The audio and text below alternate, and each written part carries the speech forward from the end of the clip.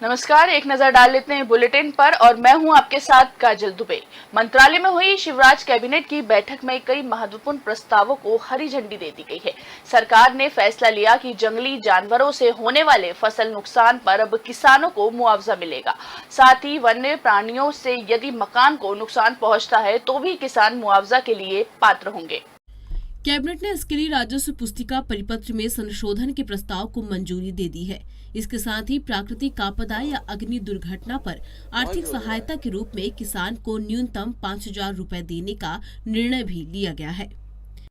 6 क्रमांक 4 में किसी भी प्राकृतिक प्रकोप या आपदा, आग लगने से जो भी नुकसान होता था उसमें यदि वो नुकसान वन्य प्राणियों द्वारा भी किया जाएगा तो उसका भी प्रावधान किया गया है, क्योंकि वन्य प्राणियों की अधिकता के कारण देखा गया है कि बहुत सारे किसानों की खेती को नुकसान होता है, तो उसमें भी वन्य प्राणियों को नुकसान की भी भरपाई सरकार द्वारा की जाएगी। ये राजस्व पत्रिका में जोड़ा गया है। उसके साथ ही कम से कम 5,000 रुपये मुआवजा मिले, इसका प्रावधान भी किया गया है, क्योंकि अभी तक देखने में आया है यदि फसल का बहुत कम नुकसान होता है तो कभी कभी मुआवजा 100 रुपये 500 रुपये तक भी सीमित रह जाता है।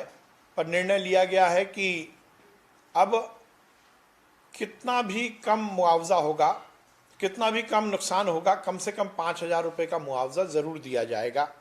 उसके साथ ही SDRF को भी हमारे राजस्व पुस्तक परिपत्र 6.4 में इसका कोई स्पष्ट प्रावधान नहीं था, तो उसको भी जो हमारा कोरोना के समय जो नुकसान हुआ है और उसकी भरपाई के लिए SDRF फंड के का जो फंड है उसको उपयोग करने का भी प्रावधान अब किया जाएगा। इसके अलावा कैबिनेट ने मध्यम सिंचाई परियोजना के लिए 93.75 करोड़ की प्रशासकीय स्वीकृति भी दे दी है। इस परियोजना से करीब 3,000 हेक्टेयर में सिंचाई हो सकेगी। जल जीवन मिशन के तहत प्रदेश के ग्रामीण क्षेत्रों के हर घर में पाइपलाइन बिछाकर पानी उपलब्ध कराने की योजना को मंजूरी मिल गई है। आदिम जाति कल्याण विभाग का नाम बदलकर जनजातीय कल्याण विभाग करने के प्रस्ताव को भी कैबिनेट ने स्वीकृति दे दी है। EMT news, Bhopal.